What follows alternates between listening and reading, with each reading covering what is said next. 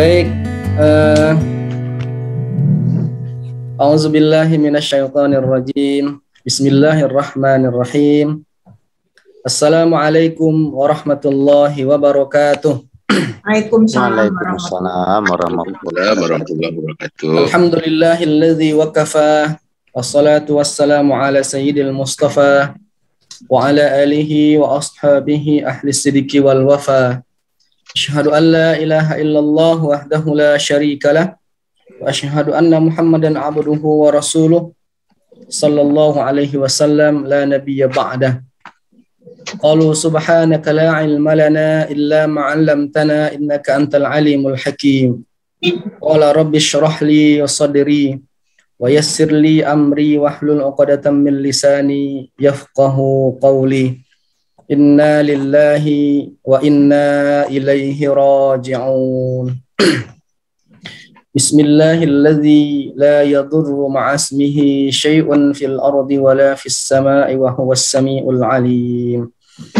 Allahumma salli wa sallim wa barik ala sayyidina Muhammad wa ala ali sayyidina Muhammad.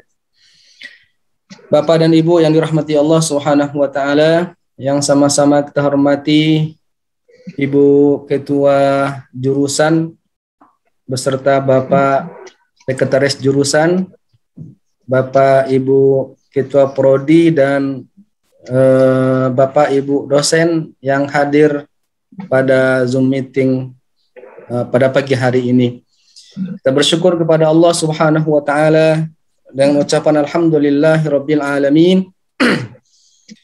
Karena kita yakin dan seyakin-yakinnya sadar dengan penuh kesadaran bahwa setiap detik dari waktu kita, setiap satu dari helaan nafas kita, setiap satu gerakan kita, kedipan mata kita, satu kata kita, semua terjadi atas rahmat Allah Subhanahu wa taala.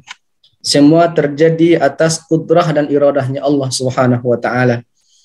Maka wajar Rasulullah SAW menyebutkan ada satu ungkapan yang paling Allah cintai.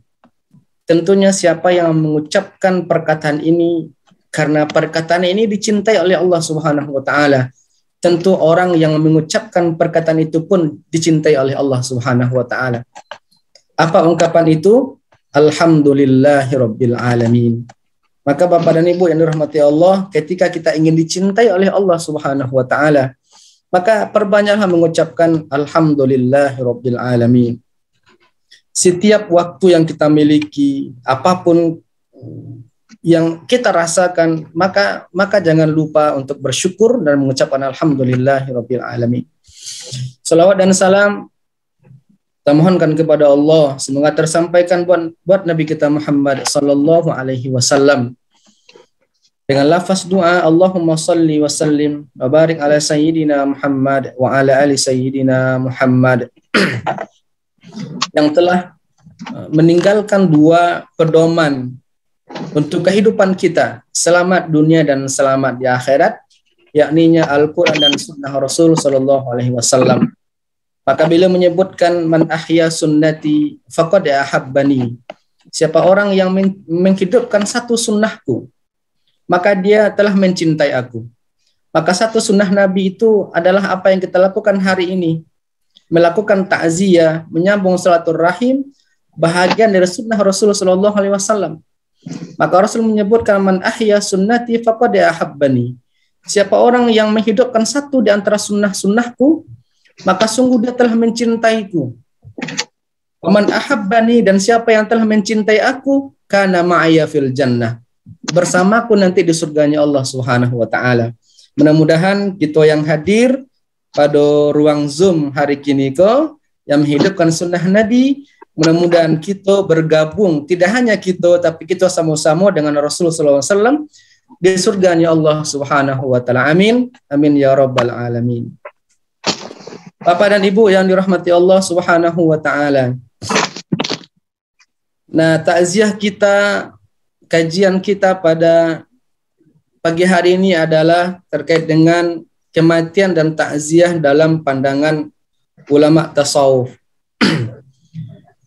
Bapak dan Ibu yang dirahmati Allah Subhanahu wa taala, tentu mohon kepada Allah, kepada almarhumah yang dipanggil oleh Allah Subhanahu wa taala.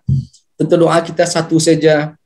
Mudah-mudahan Allah Subhanahu wa taala menerima semua amal kebaikannya, menerima semua hal yang dilakukannya, dan dibalasi oleh Allah Subhanahu wa taala, serta ditempatkan Allah Subhanahu wa taala sesuai dengan amal perbuatan ketika beliau masih hidup di atas dunia. Dan tentu untuk keluarga yang ditinggalkan, mudah-mudahan diberikan kesabaran, karena tidak ada jalan lain untuk kita kecuali bersabar. Rasulullah SAW menyebutkan ada dua sayap orang-orang beriman, sehingga dengan dua sayap itu dia sampai kepada Allah Subhanahu wa taala. Yang pertama ada sayap sabar, yang kedua ada sayap syukur. Orang-orang yang beriman ketika diuji oleh Allah Subhanahu wa taala dengan kebaikan, dengan nikmat, dengan sesuatu yang dia sukai, maka dia bersyukur kepada Allah Subhanahu wa taala. Namun ketika diuji dengan sesuatu yang tidak diinginkannya, yang tidak disukainya, sesuatu yang berat bagi dia, di antaranya adalah ujian kematian, maka wajib baginya untuk bersabar ketika itu. Karena Rasul menyebutkan dua-duanya baik bagi mereka. Ketika diuji dengan kebaikan, dia bersyukur, maka baik baginya. Ketika orang beriman diuji dengan sesuatu yang tidak disukai, dia mesti bersabar, dan sabar itu baik baginya. Maka Rasul sebutkan al-amrul mu'min kulluhu khair. Semua urusan orang-orang yang beriman itu semuanya baik, tidak ada yang tidak baik, semuanya baik. Karena ketika diuji dengan kebaikan dia bersyukur, ketika diuji dengan keburukan, dengan sesuatu yang tidak disukai dia bersabar. Maka hari ini harapan kita, mudah-mudahan Allah Subhanahu wa taala menanamkan sifat sabar itu kepada ahlul musibah, kepada keluarga yang ditinggalkan oleh almarhumah. Dan tidak ada kesabaran itu kecuali dibalasi oleh Allah Subhanahu wa taala dengan balasan yang tinggi, dengan balasan surga ya Allah Subhanahu wa taala. Bapak dan Ibu yang dirahmati Allah Subhanahu wa taala. Kita akan lihat Bapak dan Ibu terkait dengan kematian. Baik. Bapak dan Ibu yang dirahmati Allah Subhanahu wa taala.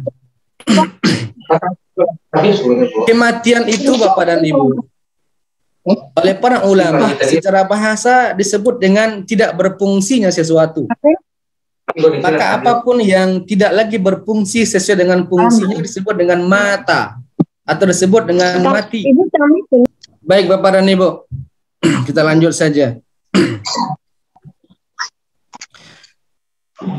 Mati itu sesuatu yang tidak lagi berfungsi sesuai dengan fungsinya disebut dengan mati.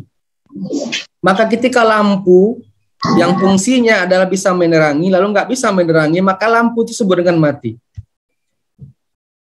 Bahkan tubuh manusia pun ketika tangan berfungsi biasa untuk menolong orang lain, bisa bergerak, tapi tangan tidak lagi mampu berfungsi, maka disebut dengan mati. Maka stroke itu bahasa lainnya disebut dengan mati Bapak dan Ibu. Itu secara bahasa. Jadi apapun yang tidak berfungsi sesuai dengan fungsinya disebut dengan mata atau mati, tidak berfungsi. Lalu bagaimana para ulama tasawuf memandang kematian itu Bapak dan Ibu? Ternyata sederhana. Sederhana tapi susah untuk dipraktekkan dan susah untuk dilakukannya. Karena memang tasawuf itu tidak hanya sebatas pemahaman saja, tapi jauh pemahaman tasawuf itu adalah amali. Maka ini yang mesti kita garis bawahi. Kajian tasawuf itu tidak sama dengan kajian filosofi yang ranahnya adalah akal, berpikir. Tapi tasawuf itu ranahnya adalah qalbu, hati. Dan ranahnya adalah amali, beramal. Maka banyak ungkapan-ungkapan para ulama tasawuf, para ulama sufi, yang memang mudah untuk diucapkan, mudah untuk dipahami, tapi berat untuk dilakukan. Maka satu di antara pemahaman ulama sufi, para ulama sufi terkait dengan kematian itu adalah seperti Al-Quran yang sudah kita sering baca, Al-Baqarah 155 sampai 156. Yang makna kematian dalam pandang ulama sufi itu adalah irja'. atau roja. Ini yang pertama.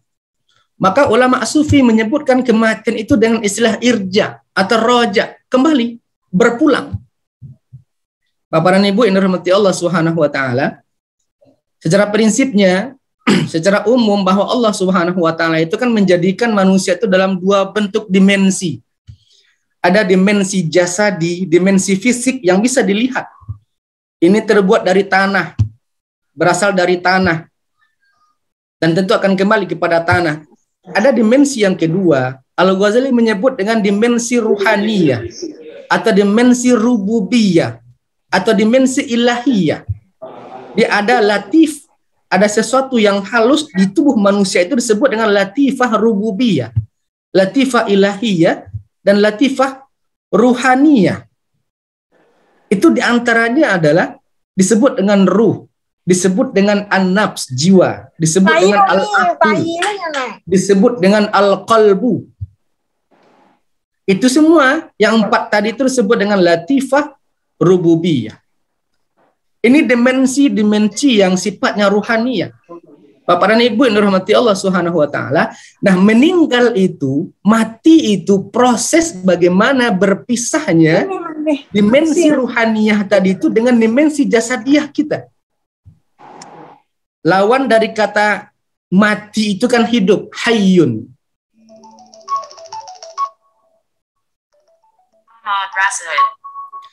Lawan dari mati itu hayyun. Apa makna hayyun itu? Hayyun itu adalah proses di mana bertemunya dimensi ruhaniyah dengan dimensi jasadiyah. Ketika bertemu disebut dengan hayyun, hidup.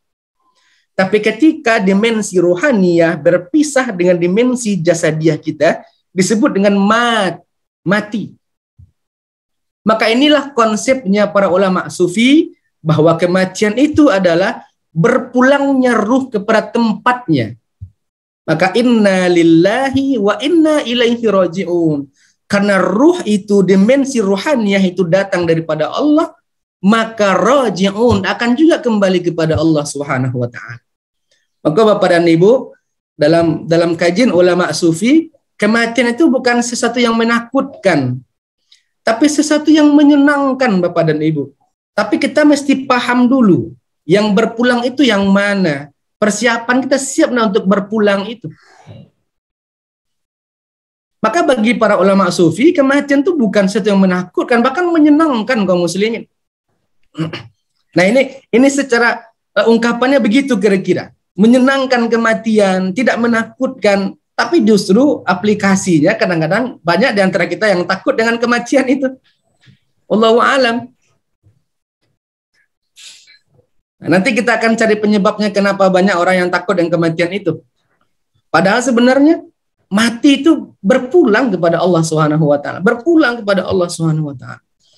Bukankah Nabi SAW ketika akhir kehidupannya Jibril datang, ya Muhammad, Allah memberikan salam kepada engkau. Lalu Allah Subhanahu wa taala memberikan dua hal kepada engkau, dua pilihan. Pertama, Allah memberikan kunci perniagaan dunia, perbendaharaan dunia, artinya kekayaan dunia. Allah akan berikan kepada engkau. Yang kedua, Allah berikan pilihan liqa'ullah, engkau bertemu dengan Allah Subhanahu wa taala. Lalu apa jawaban Nabi kita Muhammad sallallahu alaihi wasallam? Dia milih yang kedua, bertemu dengan Allah Subhanahu wa taala. Tidak lama kemudian, maka malaikat pencabut nyawa datang untuk mencabut nyawa Rasul sallallahu alaihi wasallam. Artinya apa? Rasul lebih memilih meninggal dunia. Rasul lebih memilih bertemu dengan Allah Subhanahu wa taala, berpulang kepada zat yang menciptakan dia. Tidak ada kesenangan, tidak ada kebahagiaan yang lebih bahagia Bapak dan Ibu kecuali bertemu dengan Allah Subhanahu wa taala. Bukankah apa yang kita harapkan dari ibadah kita, dari semua perbuatan kita, dari apapun yang kita lakukan, semuanya akan bertemu dengan Allah Subhanahu wa taala. Semuanya bertemu dengan Allah, melihat wajah Allah Subhanahu wa taala. Tapi dalam kenyataannya kadang-kadang kita susah dan kita berat untuk menghadapi kematian itu. Ini yang kita sebutkan tadi, Para ulama sufi itu ungkapan-ungkapannya mudah untuk diucapkan, tapi berat untuk diamalkan karena sifatnya adalah amali. Ini yang pertama Bapak dan Ibu yang dirahmati Allah Subhanahu wa taala, terkait dengan pandangan mati itu menurut ulama sufi adalah raji', kembali dan berpulang kepada Allah Subhanahu wa taala. Bapak dan Ibu yang dirahmati Allah Subhanahu wa taala. Nah, dalam bab akidah ada yang disebut dengan sifat ma'ani, Bapak dan Ibu. Sifat ma'ani itu adalah sifat yang perwujudannya sifat Allah, yang perwujudannya ada pada manusia.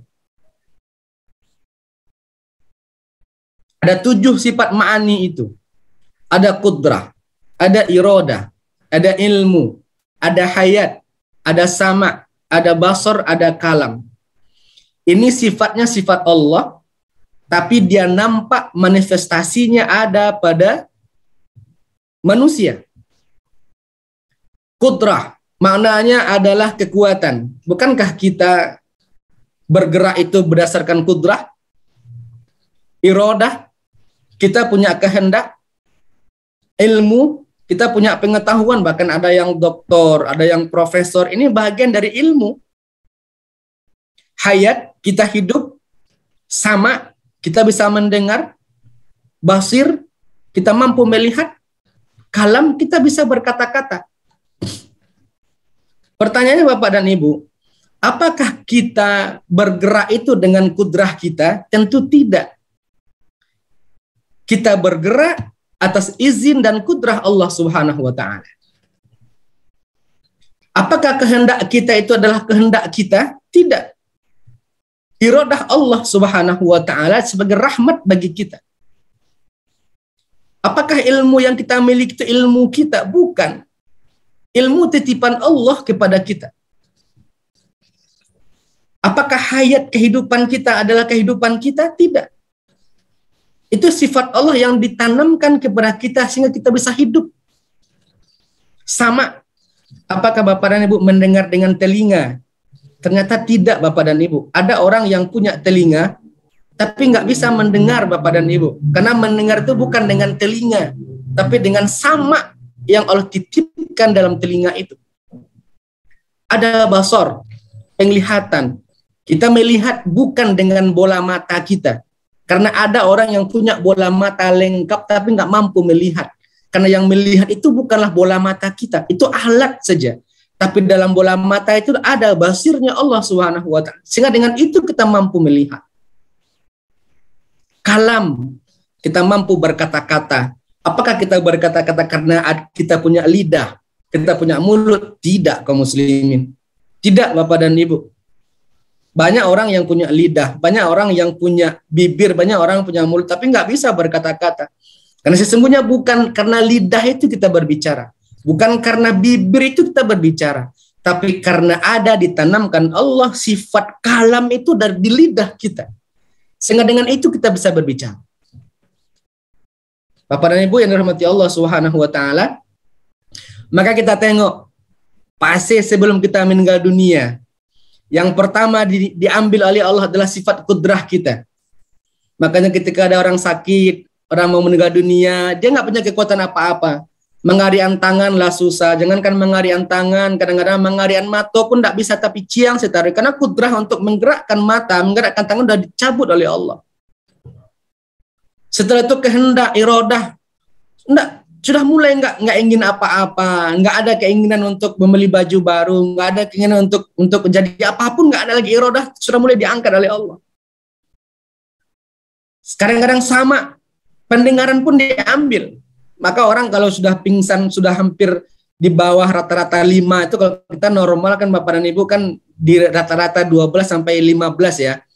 Itu kita mampu mendengar, mampu melihat dan berkata-kata. Tapi di bawah 5 atau di bawah 7 itu kesadaran sudah mulai.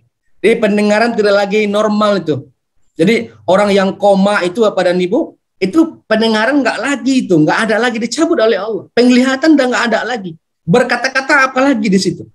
Bayangkan Bapak dan Ibu, dari 7 nikmat Allah tadi itu, yang hanya tertinggal ketika menjelang sakaratul maut itu cuma 2 saja. Pertama ilmu, yang kedua hayat. Maka Bapak dan Ibu dirahmati Allah Subhanahu wa taala, kalau yang tinggal itu hanya ilmu saja dan hayat saja, maka harapannya Bapak dan Ibu, ilmu apapun yang kita miliki hendaknya menjadikan ilmu itu bermakrifah kepada Allah Subhanahu wa taala, agar ilmu itu bermanfaat Bapak dan Ibu. Terkait dengan ilmu Bapak dan Ibu, ketika orang meninggal dunia, perlu enggak kira-kira ilmu matematika itu? Maaf Bapak dan Ibu, pertanyaan Ambo. Enggak perlu ilmu matematika, Ledo. Profesor Banawa ketika meninggal itu enggak penting, enggak perlu ilmu matematika. Enggak perlu ilmu bahasa Inggris, enggak perlu ilmu apapun. Kecuali ilmu matematika itu, ilmu bahasa Inggris itu yang bisa menghantarkan kita untuk bermakrifah kepada Allah. Maka harapannya Bapak dan Ibu, apapun ilmu kita, apapun disiplin keilmuan kita, hendaknya ilmu itu bisa menghantarkan kita untuk bermakrifah kepada Allah Subhanahu wa taala. Karena coba Bapak dan Ibu, coba dicari ketika ada orang sakarat itu di rumah sakit gitu ya, di rumah sakit yang koma beberapa hari, dia hidup itu. Dia hidup, tandanya memang detak jantungnya masih hidup. Alun mati ledo, alun meninggal ledo, Bapak dan Ibu. Tapi apakah berfungsi, kudrahnya berfungsi? Tidak. Iroda berfungsi? Tidak. Sama berfungsi? Tidak. Maka tidak kemandangan itu, kalau ibu lataan bangala si pikir sekadang-kadangnya baca Al-Quran di samping orang yang koma atau di bawah limo itu, tidak mendangan gini ledo. Tidak bisa mendengar itu Bapak dan Ibu. Karena sudah dicabut oleh Allah Subhanahu wa taala. Nah, yang berfungsi ketika itu apa? Ilmu yang terkait dengan ma'rifatullah. Ilmu yang berhubungan dengan mengenal Allah Subhanahu wa taala. Maka itu yang mau sampaikan tadi Bapak dan Ibu, harapan kita apapun disiplin ilmu kita, setinggi apapun jabatan dan pangkat kita terkait dengan keilmuan kita, maka harapannya adalah menjadikan ilmu yang kita miliki itu ilmu yang bisa menghantarkan makrifah kepada Allah Subhanahu wa taala. Karena ilmu itu yang mampu memberikan manfaat. Nah, yang terakhir dari sifat yang 7 tadi itu yang adalah hayat, kehidupan. Nah, ketika hayat itu berpulang Bapak dan Ibu, itu yang tadi itu prosesnya itu yang disebut dengan kematian. Berpulang ruh itu kepada yang memiliki dan menciptakan ruh itu Allah Subhanahu wa taala. Maka pada prinsip Bapak dan Ibu, mati itu bukan menakutkan, tapi justru mati itu menyenangkan. Kalau Pak Ibu ambo tanya kini, apa dia masuk surga apa masuk neraka?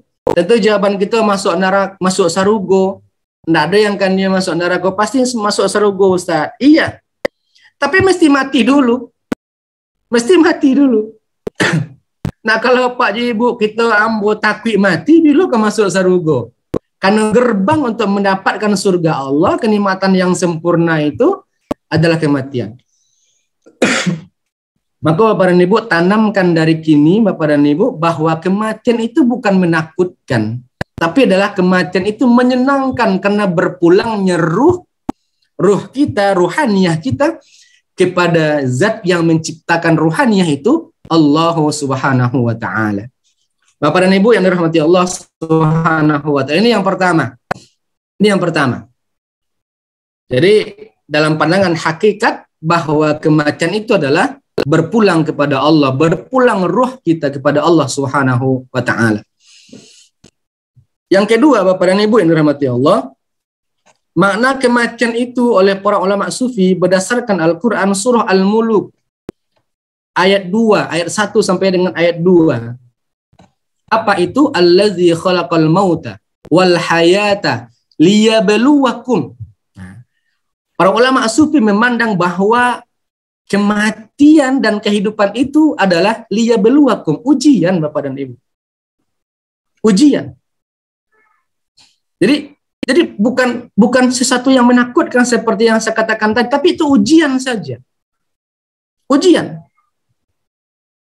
Untuk anak-anak kita tadi Ibu Ketua Jurusan Matematika menyebutkan nggak bisa datang untuk melayat ke tempat almarhumah karena memang ujian terakhir untuk anak-anak skripsi gitu ya, yang wisuda di bulan Maret. Mereka diuji Bapak dan Ibu.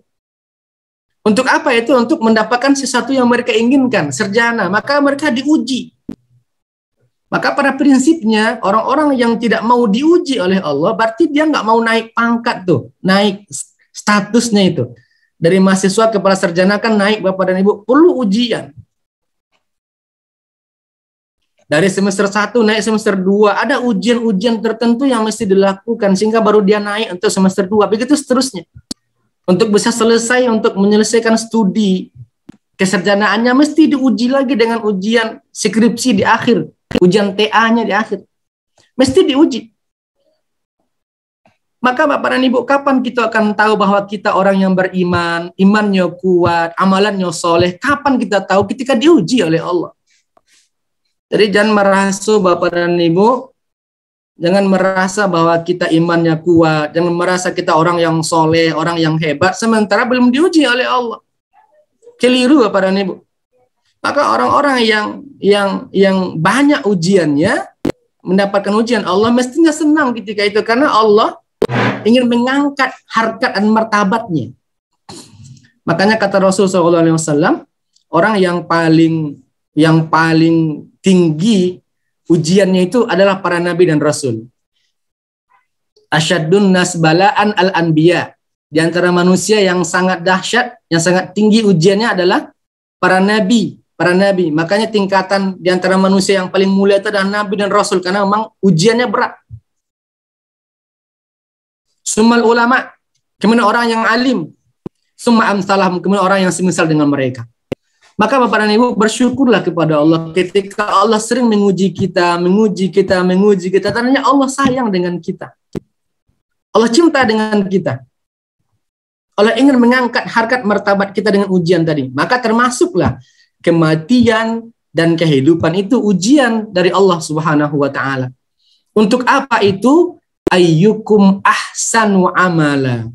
Agar Allah tahu siapa orang yang telah melakukan amal ahsan, amal ihsan, amal yang terbaik. Bapak dan Ibu yang dirahmati Allah, ternyata dalam ayat ini Allah sebutkan bukan aksar, bukan amalan terbanyak, bukan ayyukum aksaru amala, bukan. Tapi ahsanu amala, orang yang paling ihsan dalam beramal, bukan orang yang paling banyak amalannya.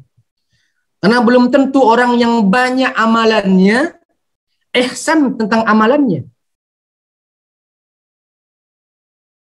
Kalau ada Bapak Ibu yang bertanya, apa bedanya ihsan dengan aksar, Ustaz?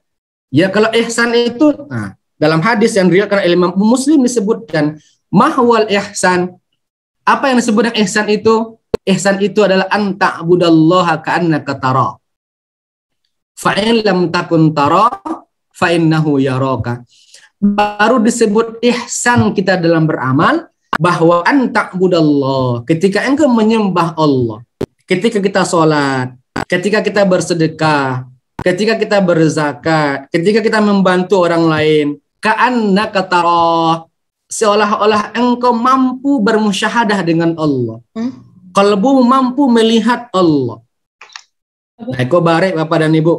Makam itu oleh para ulama disebut dengan makam musyahadah. Mampu menyaksikan keberadaan Allah ketika kita beribadah.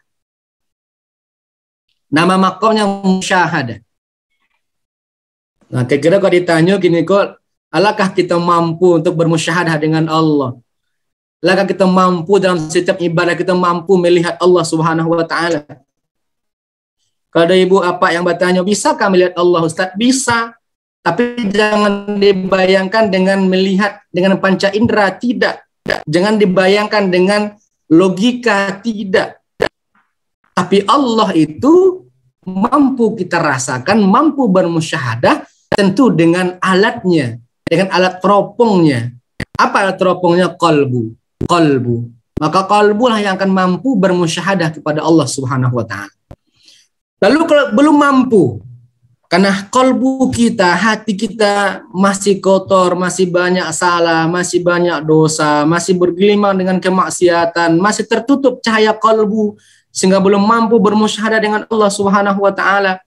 Maka ada pertingkatan yang kedua, fa'il lam takun tara. Maka jika engkau belum mampu melihat Allah dalam ibadah engkau, fa innahu yaraka. Maka sesungguhnya yakinlah engkau sedang dilihat oleh Allah. Ini disebut dengan maqam muraqabah. Yang pertama disebut dengan musyahadah, yang kedua disebut dengan muraqabah. Allah, kita yakin bahwa Allah melihat kita. Bapak dan Ibu, kini kita yakin tak kalau kini kita sedang dicari oleh Allah Subhanahu wa taala? Yakin tak kini kita Allah mengetahui dengan ilmunya, Allah melihat dengan basirnya, Allah mengetahui Allah mendengar dengan basirnya. Yakin tak kita dengan itu? Itu namanya muraqabah. Kita merasa dipantau oleh Allah Subhanahu wa taala. Makanya ketika orang merasa dimanapun dia berada, dia yakin bahwa Allah memantaunya, ambo kira tidak ada yang akan tahu untuk melakukan kemaksiatan Bapak dan Ibu. Tidak ada yang akan mampu untuk melakukan perbuatan-perbuatan yang di luar nalar, di luar akal sehat. Karena ada Allah yang melihat. Nggak ada kita yang akan berkata-kata yang kasar. Karena kita yakin. Ma yalfizu min qaulin illa ladaihi raqibun atid. Setiap lafaz yang keluar dari mulut kita dicatat oleh malaikat raqib dan malaikat atid. Allah tahu Bapak dan Ibu. Jangankan apa yang kita ucapkan, jangankan apa yang kita cari, jangan apa yang kita lakukan, bahkan apa yang terlintas dalam hati kita, apa yang terbersit dalam jiwa kita, ya'lamullah. Allah pasti mengetahuinya. Bapak dan Ibu yang dirahmati Allah Subhanahu wa taala, maka kita kembali ke yang tadi. Baru dikatakan ahsanu amala. Amal itu menjadi ihsan, amal itu menjadi baik Bapak dan Ibu. Nah, yang dua tadi itu. Kalau tidak dengan musyahadah, lakukanlah dengan muraqabah. Nah, baca caranya Ustaz, agar hatiku bisa bermuraqabah Ustaz. Kan gitu. Hatiku kadang-kadang acok lupa Ustaz. Nah, kadang-kadang jangankan di luar ibadah, bahkan dalam ibadah pun kadang-kadang kita lalai dengan Allah, Bapak dan Ibu. Dalam sembahyang, seberapa kita mampu kalbunya ingat Allah. Makanya ada dalam Al-Quran Bapak dan Ibu, Allah mengancam orang-orang yang sholat. Fawailul lil musallin. Neraka wail bagi orang-orang yang sholat. Allah sholat, tapi tetap neraka wail. Siapa mereka yang diancam dengan neraka wail itu? Allazina hum an sholatihim sahun. Orang yang dalam sholatnya lalai dari ingat kepada Allah. Kalbunya tidak ingat kepada Allah dalam sholat. Yang terkena dalam sholat utang, yang terkena dalam sholat tugas, yang terkena dalam sholat pekerjaan, yang terkena dalam sholat dunia, yang terkena dalam berbagai macam hal yang terkena dalam sholat. Sehingga Allahnya nggak teringat dalam sholat kita. Maka Bapak dan Ibu, makanya wajar kalau ada orang yang sholat tapi tidak menemukan ketenangan dalam sholatnya karena yang tadi itu. Padahal secara prinsipnya Bapak dan Ibu, sholat itu kan tempat beristirahat yang lebih baik itu bukan tidur, tapi adalah sholat. Maka Rasulullah SAW itu Bapak dan Ibu, Rasul kan tidak banyak tidur. Bukan berarti Nabi tidak tidur, tapi Rasul tidak banyak tidur. Hanya beberapa jam saja Rasul itu tidur Bapak dan Ibu.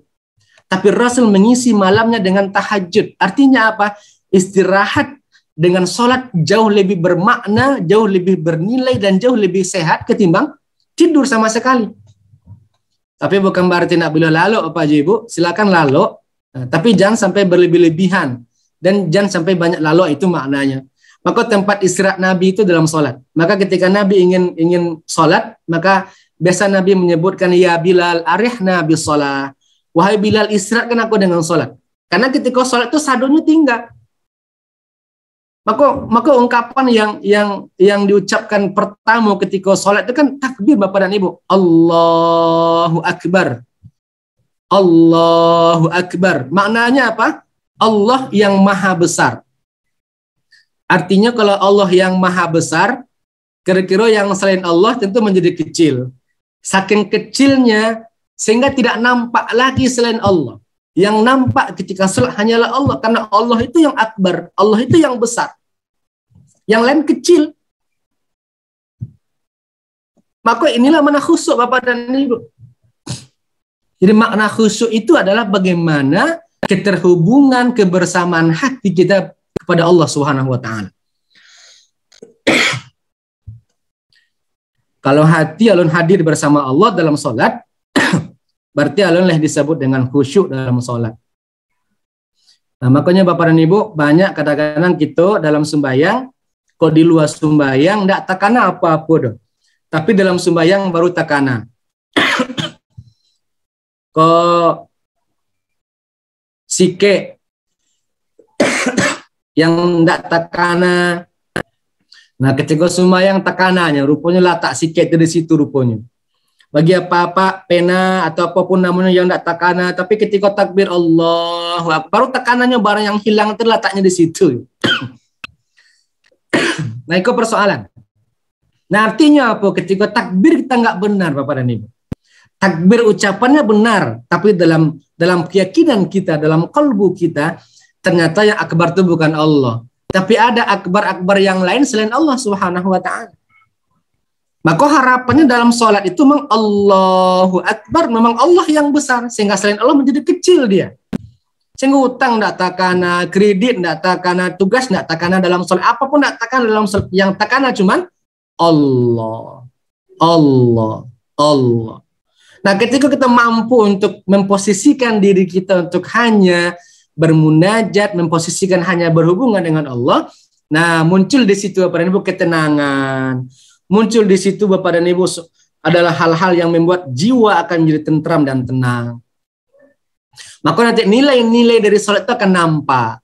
Nah, kini kan Bapak dan Ibu banyak orang yang sembahyang, tapi kadang-kadang bagunjing jalan juga. Banyak orang yang sholat kadang-kadang hak orang lain diambil juga, maling iya juga, rampok ia juga, berzina ia juga, nampak anak gadis orang lalu juga, gitu kan? Nampak istri orang, lupa istri awak. Persoalan Bapak dan Ibu. Ini karena dimensi sholat tidak ditingkatkan. Makanya kan Rasul Allah menyebutkan dalam Al-Quran itu, sholat itu kan aqimus sholah, inna sholata tanha 'anil fahsya'i wal munkar. Sholat itu satu saja. Orang yang benar sholatnya akan mampu sholat itu mencegah dia dari perbuatan keji dan perbuatan mungkar. Kalau alun ledo kita sholat, kita sembahyang, tapi lo mampu sholat kita mencegah kita dari perbuatan keji dan mungkar, berarti ada yang salah dalam pelaksanaan sholatnya. Ada yang kurang dari rukun dan syarat sholatnya, mesti dievaluasi kembali.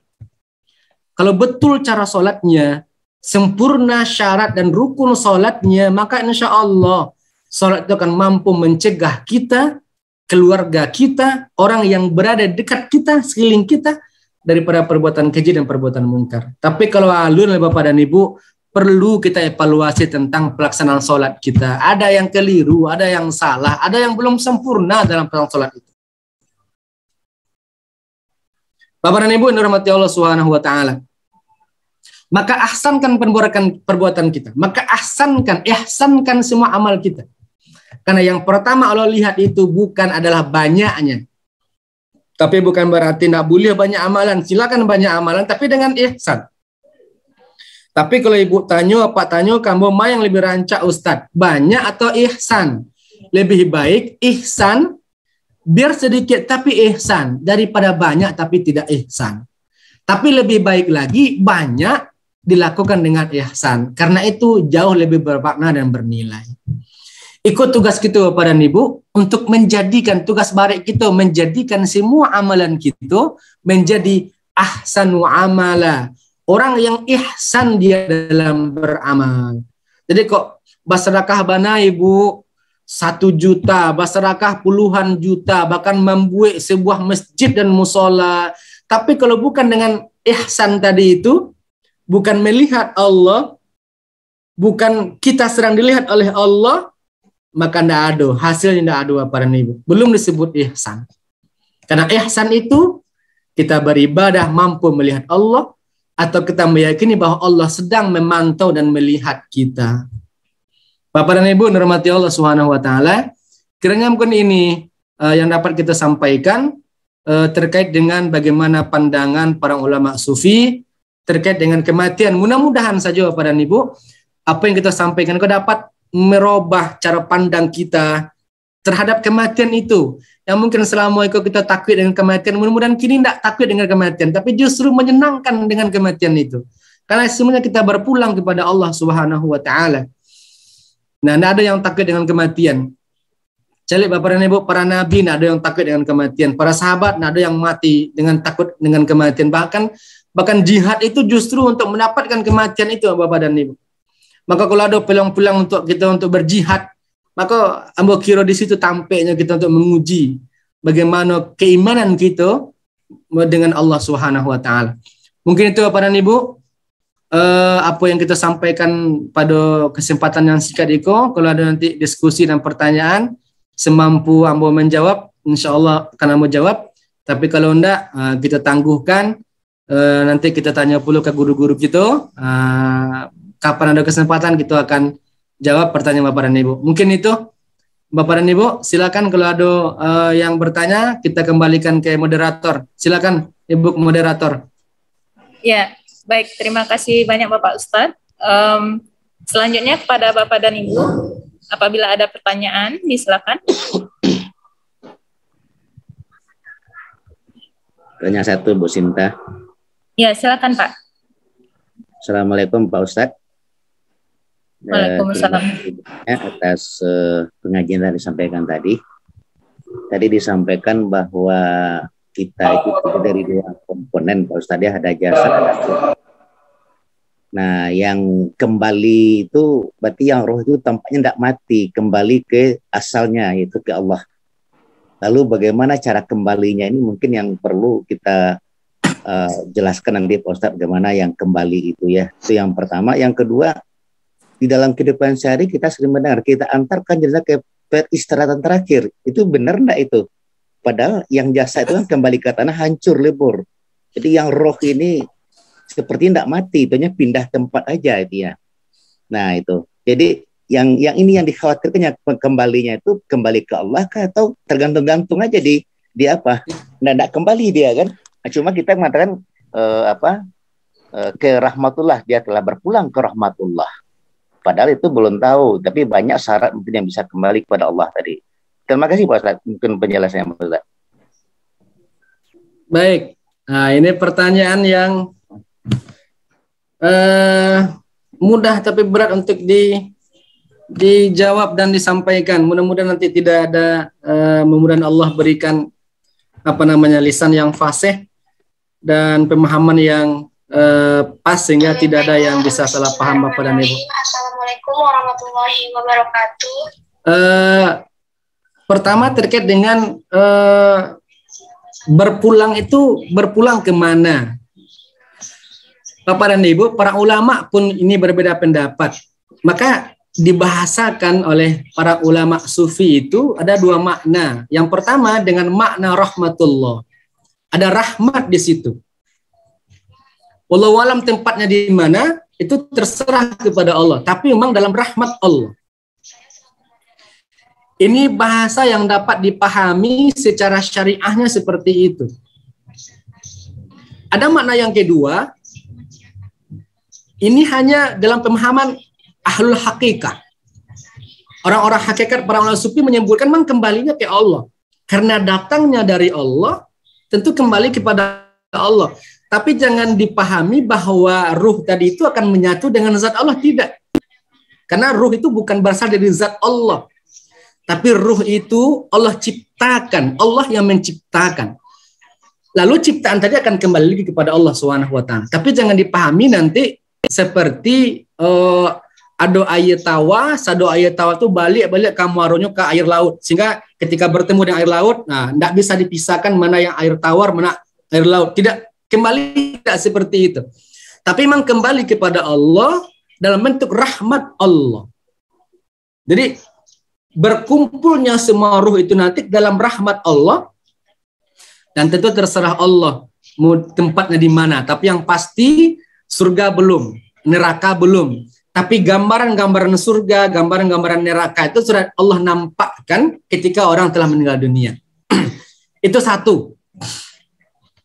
Mudah-mudahan nanti tidak tidak bias dia dengan pemahaman yang lain Bapak dan Ibu. Tapi yang pasti kita pahami saja, kita yakini saja bahwa kita memang datang dari Allah dan akan pasti kembali kepada Allah Subhanahu wa taala. Karena dalam hal ini kalau kita pahami dengan logika kita tidak akan sampai. Maka seperti yang saya katakan tadi, pemahaman dalam kajian tasawuf itu bukan dengan pemahaman akal, tapi pemahaman dengan kolbu, dengan amalan, dengan amal.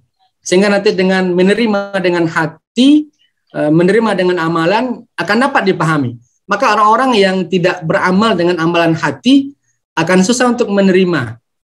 Kalau hanya pemahaman dengan pemahaman logika saja Bapak dan Ibu, itu akan barek untuk menerima kok. Iku ustadku lebih diahlo kok mah. Ustadku lah sasik lo kok mah. Karena menerima dengan logik, menerima dengan akal. Tapi tasawuf itu menerima dengan kalbu, tentu dengan amalan. Nah itulah gunanya nanti Bapak dan Ibu mengaji tasawuf itu dengan kajian amalan. Ada zikir-zikir, ada panduan yang disampaikan agar nanti sampai pemahaman kepada titik yang disebutkan, yang disampaikan tadi. Mana nanti yang akan berpulang itu kepada Allah. Mana yang tinggal, mana yang kita hantarkan itu ke kuburan, mana yang berpulang ke Allah. Itu yang kita sampaikan tadi Bapak dan Ibu. Yang kita hantar ke kuburan itu ya yang dari tanah tadi itu. Karena berasal dari tanah, maka kita hantar ke tanah balik. Yang sifat jasad tadi itu datang dari tanah, maka kita hantarkan ke tanah itu balik. Tapi yang datang dari Allah tadi itu, nah ketika proses mati tadi ini lupa pulang langsung ke Allah Subhanahu wa taala. Lah selesai di situ Pak Ibu. Nanti baru ketika beberapa langkah dalam hadis Nabi itu, beberapa langkah setelah dikuburkan lalu ada kita meninggalkan kuburan, maka ruh tadi itu dipulangkan Allah kembali ke jasadnya. Nah, persoalan ini juga para ulama berbeda pendapat. Ada yang menyebutkan jasad itu memang jasad yang lama itu juga dibangkitkan Allah. Ada yang kedua, Allah buat jasad yang baru karena jasad yang pertama tadi itu telah hancur, telah kembali ke tanah, lalu Allah bentuk jasad yang baru. Berbeda dengan jasad yang pertama tadi itu. Ini dua pemahaman yang dua-duanya boleh kita pahami, dan itu ada dalam pemahaman para ulama seperti itu. Jadi itu Pak yang dapat ambo jawab dari pertanyaan Bapak Ustadz tadi. Mungkin itu Pak. Terima kasih Pak Ustadz. Terima kasih Bapak Ustadz. Pak Muni, semoga jawaban dari Bapak Ustadz memuaskan. Selanjutnya kita silakan Bapak Ibu, ada yang mau ditanyakan lagi? Pertanyaan, gimana nih Ustadz menjadikan ilmu matematika ini bermanfaat buat kematian kita nanti Ustadz? Terima kasih Ustadz. Baik. Nah, itu luar biasa pertanyaan. Cara menjadikan ilmu kita kok bisa menjadi ilmu yang bermanfaat untuk kematian. Nah kan itu. Tadi memang Bapak dan Ibu. Jadi semua ilmu itu maka itu maknanya dalam Islam itu tidak ada dikotomi ilmu. Semua ilmu itu bermanfaat, tapi tergantung kita menggunakannya. Jadi bagaimana caranya ilmu itu bisa bermanfaat di dunia dan di akhirat. Nah yang tadi itu Pak, mesti dalam mengamalkan ilmu itu mesti berihsan. Mulai dari menuntut ilmu sampai mengamalkan ilmu, mengajarkan ilmu itu mesti dalam ihsan. Kalau bagi mahasiswa yang sedang belajar, nah belajar ilmu itu mesti dalam berihsan. Kalau bagi kita yang dosen gitu ngajar kita mesti dalam mengajar itu mesti ihsan. Nah bayangkan Pak, itu gak bare itu. Ketika guru kita disuruh menyebian, guru-guru kita, buya-buya kita menyebian, kok katiko, nah, kok bahasanya kok katiko kita mengajar Tuhan yang takana dewa bukan Allah, yang takana dewa pundi-pundi rupiah, karena kita mengajar itu keluar dari ihsan tuh Pak. Dan itu kira-kira Pak. Nah, kok kabare kok. Nah, kok takana dewa karena mengajar tuh mengharapkan pundi-pundi uang. Nah itu luar dari ihsan. Tapi bukan berarti kita enggak butuh dengan uang. Tidak salah kalau nggak butuh dengan uang. Tapi mengharapkan dari usaha, dari amal kita tadi itu adalah keduniaan semata. Nah itu yang keliru. Maka harapannya, nah, ketika kita mengajar, ketika kita berdakwah untuk ambuk ini sebagainya, yang pertama ketika berdakwah itu bukan pundi-pundi keuangan dan sebagainya, tapi yang pertama adalah Allah. Itu yang disebut dengan ikhlas itu di situ, Pak. Mengosongkan kalbu dari selain Allah. Mengosongkan hati dari selain Allah. Kalau ada yang takana ketika mengajar apa aja Ibu, takana mudah-mudahan nanti kok ambo dipuji orang karena ambo hebat. Nah, itulah karena itu. Berarti bukan ikhlas. Akhlaso yakhlisu ikhlas. Enggak kosong. Enggak murni di situ. Maka memang satu-satunya agar ilmu itu bisa bermanfaat ketika mengajarkan ilmu itu dengan ikhlas. Nah, yang dua tadi itu konsep ikhlasnya, Pak. Kalau enggak dengan musyahadah, kalau enggak dengan muraqabah. Musyahadah mampu menyaksikan Allah dengan kalbu kita. Nah, kalau enggak salah dulu pernah ada yang bertanya, bisa enggak kita menyaksikan Allah? Bisa, kenapa enggak? Allah sendiri yang sebutkan, alastu bi rabbikum qalu bala syahidna. Allah telah berikan dua potensi kepada kita. Ruh itu Allah berikan dua potensi. Pertama, mampu berkata-kata dengan Allah. Yang kedua, mampu bermusyahadah dengan Allah. Nah, kadang-kadang potensi itu yang ketika ruh tadi itu menyatu dengan jasad, potensi itu yang mulai berkurang. Sehingga mencalik bukan dengan ruh gitu, bukan dengan hayat gitu, tapi mencalik dengan mata. Nah, itu yang mesti kita biasakan, Pak. Kita berbicara dengan mulut kita, bukan dengan kalam.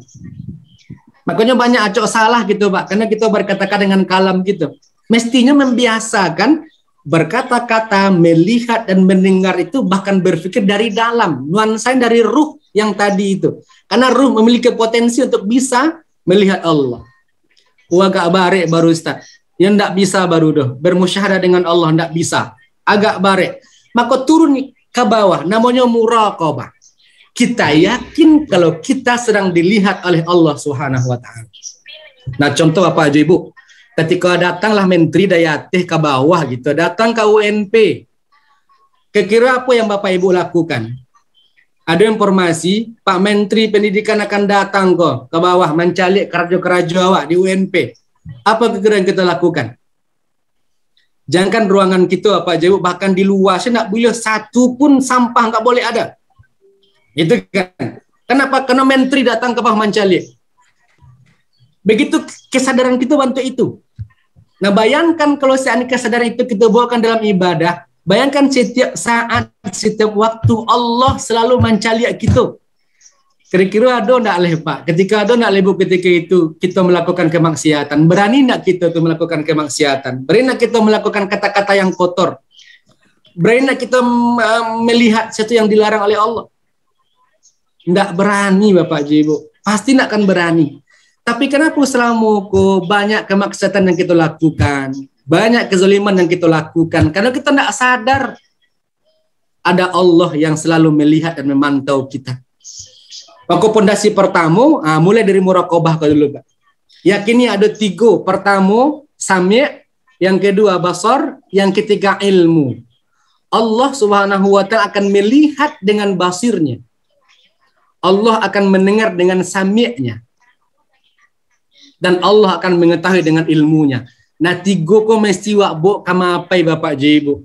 Ketika melakukan sesuatu ingat, Allah mengetahui dengan ilmunya, Allah melihat dengan basirnya, Allah mendengar dengan samanya. Kemanapun awak pai, kemanapun awak, dalam kondisi bersama-sama, dalam kondisi sendiri saja. Nah, karena itu Pak. Nah, termasuk dalam belajar tadi, termasuk dalam mengajar tadi itu. Nah, kira-kira yang banyak takana ada Pak Allah atau selain Allah ketika mengajar itu Pak? Nah, kan itu pertanyaannya tuh, yang lebih banyak takana ada Pak? Allah atau selain Allah? Sebenarnya kita bisa ngukus orang tuh Pak. Ambo yakin kita banyak lalai. Pasti yang banyak takana ada selain Allah. Nah, kalau bantu itu, nah keluar dari ihsan dari itu Pak. Alam termasuk kita berahsanu amalatil. Maka memang Bapak dan Ibu beraja-raja gitu, ambo kita sama-sama beraja. Jadi tidak ada yang terlepas dari Allah Bapak dan Ibu, tidak ada yang terlepas dari Allah. Satu detik pun Allah enggak melepaskan kita. Allah selalu melihat kita, Allah selalu mendengar kita, Allah selalu mengetahui keberadaan kita. Nyecali awak tarik. Nah, kadang-kadang awak yang lupa dengan Allah. Allah tuh dakik dengan awak, tapi kadang-kadang awak yang merasa jauh dengan Allah. Padahal Allah itu dakik mana. Allah itu nyecalik wak taruh, cuman awak yang merasa wak ada calik dari Allah. Maka ini pondasi pertama, menjadi orang yang baik itu adalah bagaimana menghadirkan Allah dalam sisi kehidupan kita. Dimanapun kita berada, hadirkan Allah dalam artian bermuraqabah tadi itu. Yakini Allah mencali, yakini Allah mandanga, yakini Allah mengetahui. Itu saya dulu. Lakokoh tu Bapak. Mudah-mudahan ilmu matematika, ilmu bahasa Inggris, ilmu apapun ketika kita berihsan dengan mengamalkan yang tadi itu bermanfaat Pak, insya Allah. Insya Allah. Nah, nanti kalau lebih rincinya, caranya Ustaz. Nah, itu nanti yang kita sebut dengan thariqah. Maka turunan-turunan dari tasawuf itu kan nanti dengan thariqah. Jadi bingkai gadangnya Pak Ibu disebut ilmu tasawuf. Nanti bisa bertasawuf tadi itu ada nama thariqah, ada jalan-jalan agar bisa bertasawuf. Nah, itu nanti banyak macam-macam thariqah nanti kok. Dalam thariqah itu nanti kita bisa dikenalkan bagaimana berthariqah untuk bisa sampai kepada Allah Subhanahu wa taala. Nah, makanya jangan sampai alergi pula dengan tasawuf, jangan sampai alergi pula dengan bahasa-bahasa thariqah gitu. Karena kini banyak orang yang membid'ahkan thariqah, banyak orang yang menyasian ilmu tasawuf kok Bapak dan Ibu. Nah, kalau sase ilmu tasawuf, sase ilmu thariqah, kamu beraja ilmu ihsan tu le. Kamu kita beraja ilmu ihsan tu, coba tanya Bapak dan Ibu. Kalau ilmu fikih banyak, ilmu tauhid banyak, tapi ilmu ihsan tadi itu anta abudallaha ka'annaka tara, fa in lam takun tara fa innahu yaraka. Adima beraja ilmu itu tuh. Bahkan kini Bapak dan Ibu di pengajian-pengajian dakwah hampir itu tidak disentuh Bapak Ibu. Baca menghadirkan hati kepada Allah hampir itu tidak dibahas orang. Makanya ibadah kita gersang Bapak Ibu. Maaf, banyak mana semua yang sunat, banyak mana masyarakat, tapi kadang-kadang gersang. Tidak memunculkan ketenangan dalam kehidupan. Jiwa tidak tenang, hati nggak tentram. Karena yang membuat tenang itu adalah ihsan tadi itu. Menghadirkan Allah dari setiap ibadah kita. Aku tugas barek gitu Bapak Ibu. Aku tugas barek gitu. Bagaimana menghadirkan Allah dalam setiap detik kehidupan kita, Allah hadir di situ. Itu mungkin kira-kira Pak Trigo, mudah-mudahan bisa dipahami insya Allah. Lebih lanjut nanti mungkin dalam bentuk pertemuan liko untuk bisa ditalkinkan mungkin. Cara muraqabah musyahadah itu ditalkinkan insya Allah.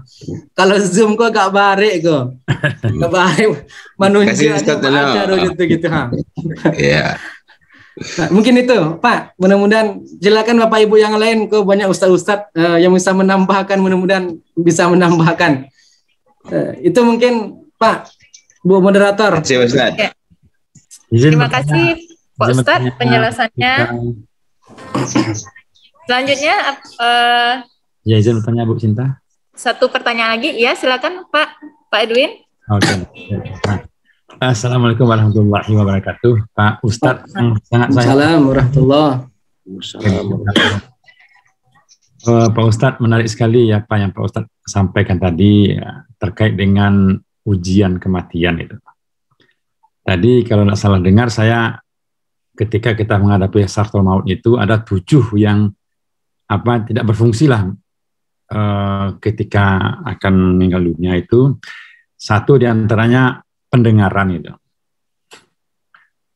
Nah, ini kadang-kala kita dalam menghadapi orang sakaratul maut itu, Ustaz, kan kita sering melafazkan itu loh, ayat Al-Quran atau la ilaha illallah.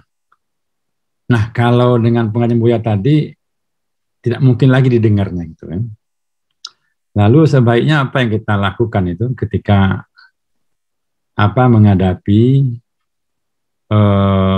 seseorang yang akan menghadapi Allah gitu. Itu yang pertama. Yang kedua, itu kematian itu adalah ujian itu. Tadi Ustadz contohkan seperti Ibu Kajur menghadapi ujian mahasiswa, di mana itu akan ada peningkatan gradasi status lah gitu, dari mahasiswa menjadi sarjana gitu. Dan kita sehari-hari selama hidup kita penuh dengan ujian. Apakah ada kaitannya dengan ayat Al-Baqarah yang terakhir 286 itu, Ustadz? ya la yukallifu nafsan illa usaha itu dalam rangka kita untuk bisa meringankan beban ujian itu. Nah, kalau disandingkan mahasiswa pingin dia ujiannya tidak berat-berat itu.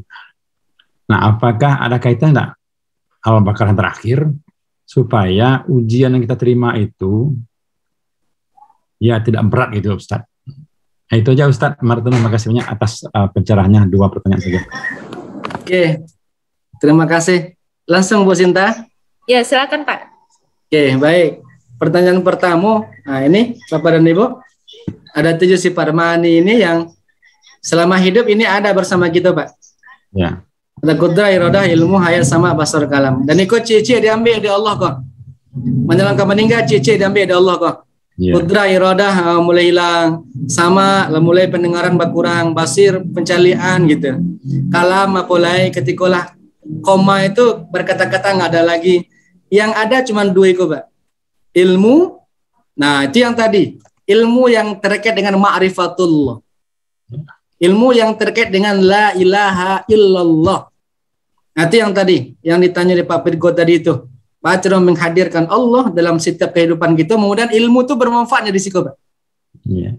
Nah, itu satu. Yang kedua, hubungannya yang tadi, karena yang terakhir diangkat itu hayat, Pak. Ruhaniyah. Itu tadi yang disebut di Al-Ghazali, unsur ruhaniyah manusia itu Bapak dan Ibu, qalbu namanya, pusatnya memang di jantung, bagian terdalam dari ruhaniyah kita itu. Nah, kan gitu tuh. Maka dalam kajian tasawuf itu yang selalu menghadirkan Allah dalam kehidupan di situ, Pak. Yang mengingat itu yazkurullah itu di kalbunya, menghadirkan Allah dalam kalbunya. Nah, caranya kalau tadi mandangan enggak bisa, apa enggak bisa, ya di situ, Pak. Itu istilah mentalkinkan. Jadi mentalkin itu sebenarnya. Nah, kalau kita di kajian tasawuf, nah yang kita praktekkan biasanya tidak lagi melalui lisan, karena enggak mandangal itu, Pak. Apa yang ditalkinkan? Nah, yang di dalam tadi itu ruhaniyahnya tadi itu masih ada, Pak. Itu yang kita pandu, itu yang kita talkin, itu yang kita ingatkan agar makrifahnya kepada Allah. Nah, aku apa tanya lu itu baca rohnya lu Ustaz. Hati yang beraja ke surau itunya. Dia berduduk kaji itunya. Nah, itu nanti yang torikoh tadi itu, Pak. Maka subhanallah yang ditalkinkan itu sebenarnya tidak hanya mengucapkan la ilaha illallah, karena tadi nak mandangal itu, Pak. Iya. Betul, Pak. Nah, jadi istilahnya tuh. Nah, kan itu tuh. Apa yang ada di awak dengan apa yang ada di nyawa tadi kan sama tuh, Pak. Allah kan menciptakan sama. Ruh apa dengan ruh ampu kan ciptaannya sama, Pak. Samu bana. Allah ciptakan dari nur. Dan itu sama. Mesti apa tahu dulu, kita mesti tahu dulu siapa yang mentalkinkan di awak, lalu siapa yang ditalkinkan di dalam tubuh sih, yang kita talkinkan tadi itu baru sampainya, Pak. Kalau enggak sampainya, Pak. Makanya coba enggak percaya, Pak, besok ambulah sering Bapak dan Ibu ketika di M Jamil ada kawan-kawan yang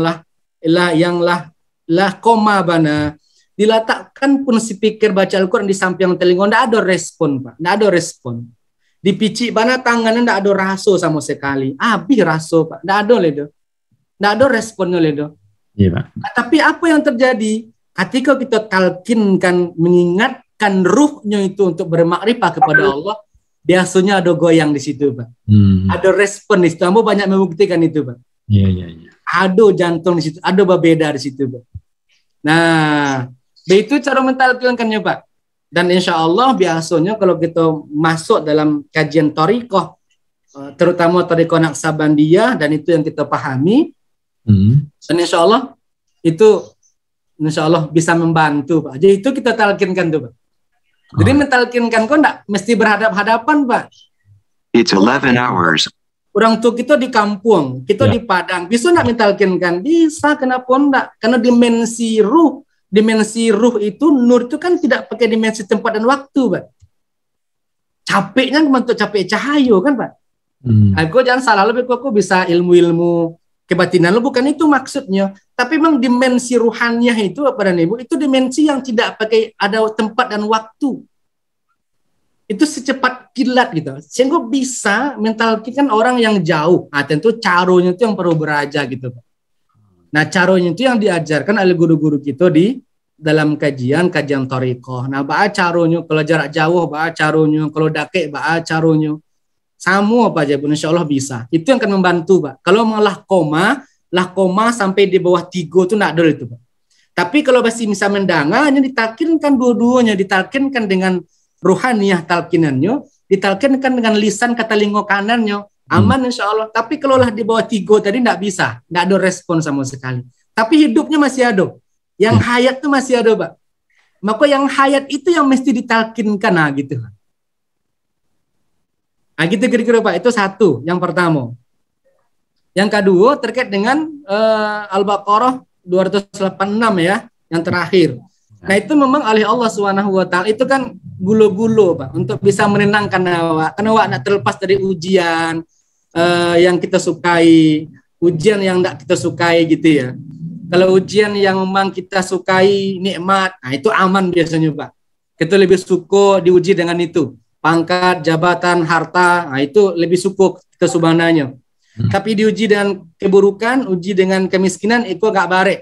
Nah, tapi oleh Allah Subhanahu Wa Taala, apapun bentuk ujian itu, pasti kalian sanggup. Karena Allah itu tidak akan mungkin menzolimi. Ketika baban awak hanya bisa mengangkat baban 50 kilo, ketika Allah latang beban ujian itu 60 kilo, Allah zalim Pak.